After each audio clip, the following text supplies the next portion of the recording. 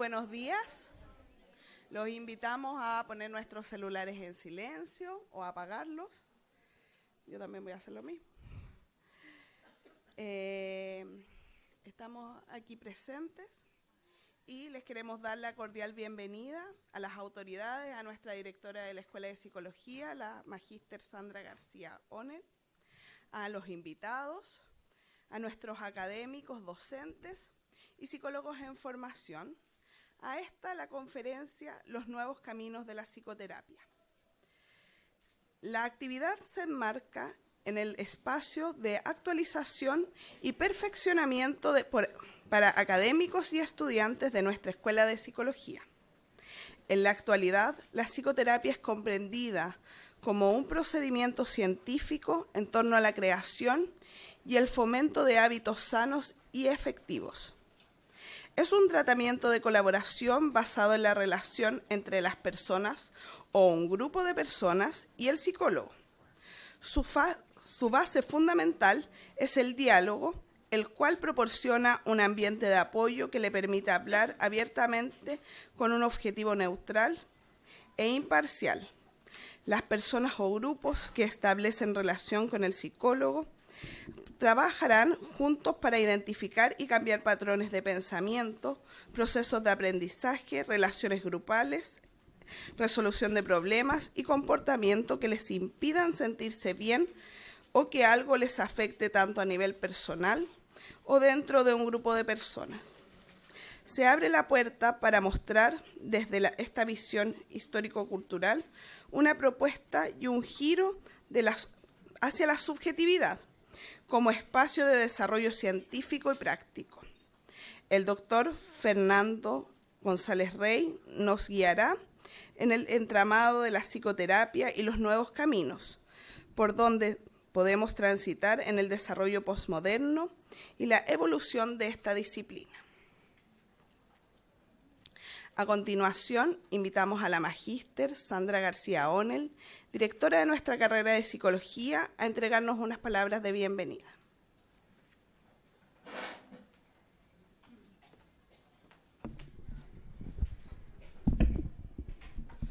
Hola a todos, muy buenos días. Nos alegramos mucho de que se encuentren hoy día acá. Sabemos que hay docentes de nuestra casa de estudio y también de otras escuelas de psicología, también estudiantes y recién egresados. La verdad es que para quienes no lo han googleado, tenemos un invitado de primer nivel, ¿ah?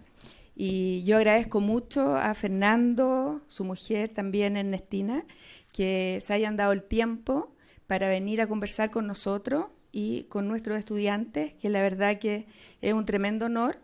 Fernando es un psicólogo relevante a nivel internacional, una referencia para psicólogos sociales, comunitarios, clínicos, ¿ah? Y aquí se produce un encuentro tremendamente interesante que no es fácil, sobre todo en el pregrado, de demostrar y quizás de entender que como la psicología clínica, la psicología social, comunitaria, finalmente la vocacional también están todas ligadas, ¿ah?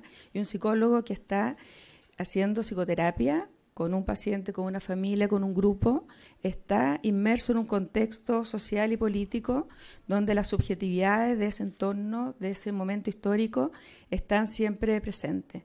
Es tremendamente interesante el título de la conferencia, Fernando. Tenemos altas expectativas de lo que vamos a escuchar hoy y espero que tengamos espacio para que todos nuestros estudiantes y colegas puedan hacer preguntas. Gracias. Lourdes, va a presentar el currículum extenso de Fernando, por eso yo no me voy a referir a aquello. ¿Ya? Gracias.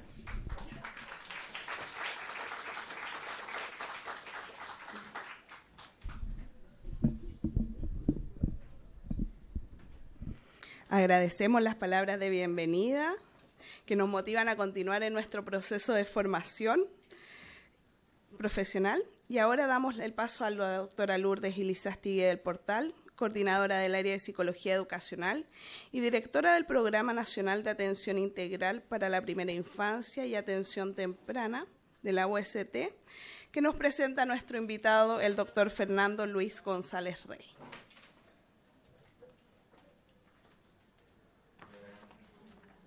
Yo soy chica. Eso. Bueno, muy buenos días. Para mí, obviamente, es un honor presentar al doctor Fernando Luis González Rey, maestro, y de muchos de los que estamos aquí presentes. Y, como se ha dicho, es un maestro, es un referente, pero también es un amigo. Efectivamente, el currículo, o sea, mi capacidad de síntesis es importante aquí. Es así. Entonces, vamos a hacerlo lo más breve posible para comenzar. Fernando González Rey, graduado de la Facultad de Psicología de la Universidad de La Habana. ¿Digo el año? Sí, 1973. Por el Instituto de Psicología General y Pedagógica de Moscú, doctor en Ciencias por el Instituto de Psicología de la Academia de Ciencias de la Unión Soviética, fue profesor titular de la Facultad de Psicología de la Universidad de La Habana y decano de la facultad, fue vicerrector de la Universidad de La Habana, actualmente es profesor titular del Centro Universitario de Brasilia y profesor colaborador de la Facultad de Educación de la Universidad de Brasilia. Ha sido profesor visitante en más de 30 universidades, entre las que se destacan la Universidad Autónoma de Madrid, la Universidad de Buenos Aires, Argentina, Universidad del Rosario, Argentina, Universidad de Monash, Australia, Universidad Autónoma de México, Universidad de Brasilia, Universidad de Río Piedras, Puerto Rico, Universidad del Valle, Cali, la Pontificia Universidad Católica de Perú, Lima, Universidad Nacional de Colombia, Escuela de Altos Estudios en Ciencias Sociales de París, Universidad Central de Venezuela, Premio Internacional de Psicología en 1991, recibió la Orden Carlos J. Finlay, principal distinción a la ciencia en Cuba en 1991, es miembro del Consejo Editorial de 7 publicaciones reconocidas en nivel A y B por los Consejos Nacionales de Ciencias de sus respectivos países. Ha escrito 125 artículos en diferentes revistas internacionales y nacionales, publicado 78 capítulos de libros y 20 libros, participando en la organización de otros 7. Ha participado en 64 tribunales de otorgamiento del título de maestría en Psicología y Educación y en 45 tribunales de otorgamiento del grado de doctor en Psicología y Educación. Ha orientado 42 tesis de maestría y 22 de doctorado. Sus libros más recientes son El pensamiento de Vygotsky, Contradicciones, Desdoblamientos y Desarrollo, que también está en portugués, Subjetividad y Salud, estoy leyendo en portugués, Superando a Clínica de la Patología en San Paulo y Psicología, Educación y Aprendizaje, avanzando en la contribución de la lectura cultural histórica. ¿Cierto? Lo hice bastante bien. En inglés, bueno, también tenemos lo que es la subjetividad y la emoción, los avances de lo que nos ha legado Vygotsky y González Rey y Versos. Y en prensa, bueno, pues está planeado para salir en el 2017. Como ustedes han escuchado, es un referente para nosotros. Así que aprovechémoslo y preguntémoslo harto después. Muchas gracias.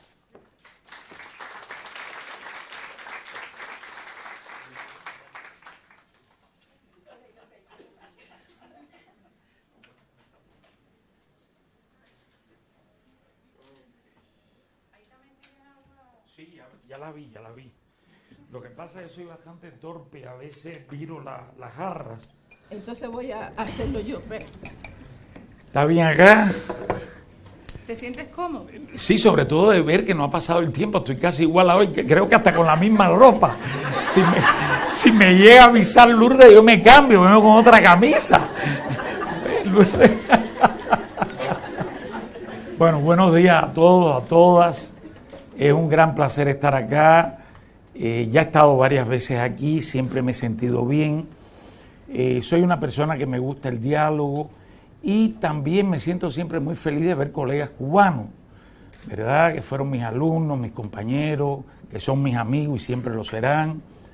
Y de ver un colega que no por lo que voy a decir es mayor que yo, pero La Barrera fue el que formó el tribunal de entrevista para yo entrar en psicología.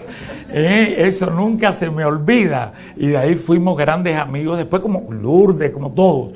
Pero La Barrera y Sara y mi esposa estaban años avanzados en relación a mí. Bueno, vamos a entrar entonces en materia. Realmente yo pienso y veo muchas caras jóvenes acá, que muchos de los jóvenes que estudian psicología, casi siempre la representación dominante que tienen es la clínica. Y dentro de la clínica, el mito de la terapia visto en un consultorio, etcétera, etcétera, como nos legó la larga tradición en la historia del pensamiento psicológico. Realmente la psicoterapia siempre es parte de un edificio teórico, epistemológico, metodológico amplio, o sea, siempre está inserida en la psicología como sistema. Entonces, es muy difícil hablar de psicoterapia sin hablar de los presupuestos de los que partimos para tener una representación de hombre, para tener una representación de cultura, de sociedad y de época histórica. Yo pienso que otra de las cosas que a veces los jóvenes sobrevaloran en demasía es ver las teorías como si fueran verdades, ¿verdad? Yo siempre digo que la teoría científica que se convierte en verdades deja de ser científica y se convierte en dogma. O sea, las teorías son sistemas de inteligibilidad para usar los recursos de nuestro pensamiento en áreas diferentes de nuestra práctica y en representaciones que van avanzando junto a la cultura en todas las áreas de la vida. Yo pienso que ha existido una psicología clínica históricamente.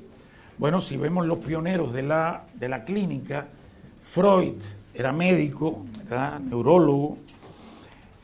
Freud tuvo el mérito de sacar los problemas de la patología mental del campo estrictamente de la fisiología mental. Sin embargo, se sigue hablando de salud mental, de patologías mentales. Es algo que voy en algún momento a cuestionar hoy. Pero Freud nos legó una representación de hombre que en algunos momentos rompía con el racionalismo hegemónico que ha caracterizado el pensamiento occidental en todas sus formas, pero que algunas de las fórmulas freudianas fueron esencialmente racionalistas. Por ejemplo, el concepto de cura como la concientización de la represión, del material distorsionado, de la escena que fue originalmente reprimida y se estructuró con base a el problema o llevó al problema patológico. Realmente hoy estamos en un mundo, yo siempre los alumnos, porque a mí me da mucha risa los alumnos, ¿no?, que ya se dicen psicoanalistas, conductistas, yo les digo, óigame, usted está en una etapa de la vida para saber de todo, para leer de todo y para después tomar un camino. Pero las filiaciones de la ciencia no son filiaciones políticas, ¿verdad? No hay que estar en un partido a capa y espada y defender el dogma que se enuncia de ese partido, que casi siempre es mentira además, ¿verdad? Mentiras de todo tipo que pueblan el mundo de la política. El mundo de la ciencia es un mundo complejo, es también, donde quiera que hay ser humano, los problemas son complejos, porque los seres humanos tenemos una capacidad que es una gran virtud, pero que se puede convertir en un elemento tremendamente destructivo, que es el hecho de que no estamos formados por el conjunto de elementos objetivos que nos rodean, sino que la subjetividad humana, ¿verdad?, como registro simbólico emocional, para mí la subjetividad no es algo que está en la cabeza, es algo que distingue los fenómenos humanos de las especies anteriores de animales, no porque no sigamos siendo animales, por suerte seguimos, aunque cada vez lo somos menos, ¿verdad? Pero esta subjetividad es una capacidad que tenemos para generar, a partir de estas producciones simbólico-emocionales, generar nuestras fantasías, nuestra imaginación, representaciones que nos permiten trascender los problemas objetivos que nos agotan y que a veces parece que no nos dan tregua. Y eso, cuando uno llega a cierta edad, cuando uno contrae enfermedades, se da cuenta de eso.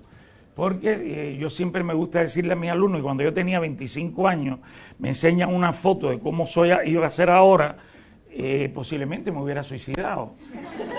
¿Verdad? No tenía recursos para salir de ese conflicto. Sin embargo, ahora estaba ahí sentado ahí y dije, caramba, soy un viejo guapo todavía.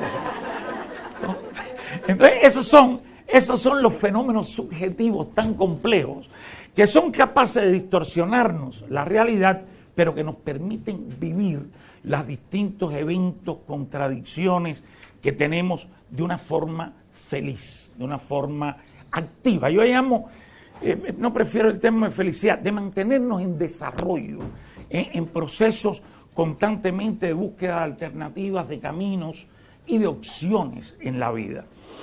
Entonces, la psicoterapia, evidentemente de haber estado durante mucho tiempo bajo la égida de un modelo biomédico, inclusive en la terapia las metáforas freudianas son metáforas propias del pensamiento médico, o sea, pensar que vamos a llegar a la causa del problema que tenemos, que se puede llegar a una causa.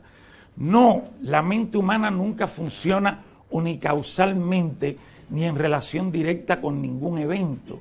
La mente humana es una producción tremendamente compleja, donde eventos aparentemente insignificantes se van configurando como en una bola de nieve y llega un momento que lo que parecía ser todo sano, todo se convierte en malestar. Yo prefiero hablar en el campo de lo mental de malestar y no de patología. O sea, yo desde nuestra perspectiva de la subjetividad, y hoy es muy interesante ver cómo las investigaciones de punta del cáncer están rompiendo la padronización, la estandarización que años atrás tenía la medicina, y hay médicos que falan que la cura del cáncer tiene que ser singular, porque cada cáncer es singular. Los psicólogos llegamos antes a esa conclusión, o sea, no existe ningún tipo de padrón psicológico, ¿verdad?, como la psicología, el mainstream de la psicología tradicional operó durante muchos años con categorías que universalizaban grupos de personas. Yo digo que por la carencia de pensamiento filosófico que ha acompañado la psicología, hay cosas que casi nunca se discuten. Yo diría, hay 4 ontologías básicas que han caracterizado la historia de la psicología. Y cuando yo hablo de ontología no estoy hablando de la esencia metafísica del ser, estoy hablando del tipo de fenómeno que se da fuera de nuestra capacidad discursiva y constructiva, pero que puede ser construido por la ciencia. Por ejemplo, la diversidad de la ciencia evidencia diferentes ontologías del mundo en que vivimos. No es lo mismo la micropartícula de la mecánica cuántica que la mente humana, ¿verdad? Y mientras más complejos son los fenómenos, más difícil es de conceptualizarlos. Por eso es que ustedes ven que hemos tenido una larga historia de la psicología y sin embargo no hemos tenido una teoría de la subjetividad, ¿verdad? O sea, la teoría de la subjetividad, autores como Ole Dreyer, Theo Thomas, que por suerte estamos en una buena comunicación, comienzan a trabajar también en la teoría de la subjetividad, pero desde 1997 yo postulé en mi libro Subjetividad y Epistemología Cualitativa la necesidad de traer una nueva definición ontológica de lo que históricamente le llamamos y casi mecánicamente fenómenos psíquicos. Y además, noten, peor pregunta a un estudiante de psicología que le pregunte, ¿y qué es la psique? Eso es, no la quiero hacer aquí, pero yo me acuerdo que yo estaba como en tercer año de la carrera en Cuba Y un día mi padre, que no era universitario, iba a la casa y me dice, oye, por cierto, ¿qué es la psique? No. Ahí empecé a decirle, hablé de Roger, hablé de Freud, hablé del inconsciente, pero no podía darle un concepto. Dice mi padre, oye, ¿qué carrera más extraña tú usas? Estás en tercer año y no sabes lo que es el objeto de tu carrera. Bueno, me llevó muchos años después para comprenderlo, para entenderlo. Hubo muchos autores que dieron pasos importantes, como el propio Leontiev, en la génesis de qué cosa era la psique, en esa transformación, ese giro que se da en los procesos humanos de pasar de la psique animal como respuesta a señales a la psique humana imbuida de la cultura como expresiones o respuestas a signos. El problema es que no son respuestas, el problema es que son producciones de carácter simbólico emocional, ¿verdad? Y lo simbólico es mucho más amplio que lo cognitivo. Pero bueno, para no desviarme de las 4 ontologías, la primera que hasta hoy, pues nosotros los psicólogos somos especialistas en que los productos viejos de la historia sigan siendo actuales. O sea, ya no hay ningún físico en el mundo que sea newtoniano. Se le reconoce a Newton todos los valores, se respeta la ley de Newton, etcétera, pero posterior a la teoría de la relatividad, a la cuántica y a los fenómenos que hoy están metidos los físicos, Newton es un artefacto de museo, ¿verdad? Aunque fue Newton un momento de ese desarrollo. Pero todavía nosotros seguimos hablando de personalidad agresiva y, por ejemplo, recuerdo, son los pequeños huecos del disco duro a esta edad, y recuerdo lo que el autor se me fue, este es un autor behaviorista, de los más capaces, y yo iba a recomendar 2 libros de él que ya no puedo recomendar, pero él dice una cosa fantástica en el behaviorismo. Él decía, es interesante a lo que él le llamaba los behavioristas avergonzados. Él decía, hay toda una psicología hoy que habla de constructos mentales de rasgos, cualidades de la personalidad, tipos de personalidad, pero las infieren por el comportamiento. Entonces, personalidad agresiva, ¿qué es? Es el tipo que no tiene control de sus impulsos, que es explosivo, que responde de una manera inadecuada, etcétera, etcétera, etcétera, y ahí caben 10.000 personas. Pero el problema es cómo explicar que la agresividad se organiza subjetivamente y que muchas veces un comportamiento agresivo es la expresión de no tener un lugar social en un espacio que compartimos, es la expresión de tener vergüenza, es tener un sentimiento de rivalidad con un hermano que sentimos que nuestros padres priorizan. Entonces, ¿cómo esa complejidad del acto comportamental, ¿verdad? Realmente lo que está expresando es una configuración que está mucho más allá del comportamiento y que se organiza en cómo la diversidad simbólica de la condición humana en las características de la cultura genera una emocionalidad que nos configura un bienestar, un malestar psicológico o una capacidad para desarrollarnos o para no desarrollarnos. ¿Por qué yo estoy enfatizando esto?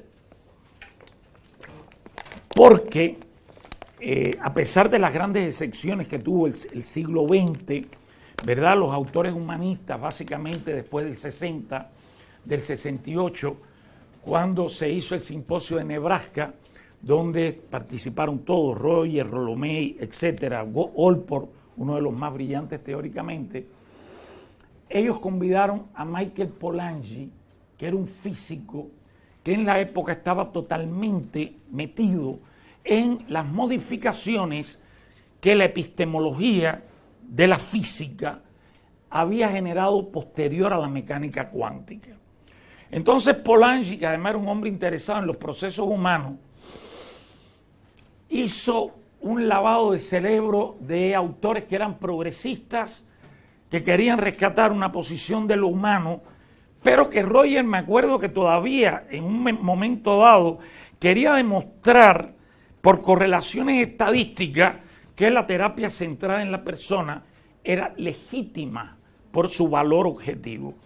Son cosas ¿verdad? Sí, hay una cosa simple, si la psicoterapia fuera algo objetivo, realmente si Freud curaba, Roger no hubiera podido curar y Viktor Frankl tampoco, y yo tampoco, y los colegas que estamos aquí tampoco. Por lo tanto, la psicoterapia, como dijo la colega que estaba haciendo las palabras de inauguración, evidentemente la psicoterapia es un recurso para, desde mi perspectiva, activar, ¿verdad? Posibilidades, capacidades, posibilidades subjetivas de la persona que ha perdido la capacidad de desarrollar alternativas de vida frente a un malestar psicológico que se ha comenzado a expresar en síntomas. ¿Y por qué no me gusta hablar de patología? Porque la patología está centrada en los síntomas y está centrada en el concepto de enfermedad.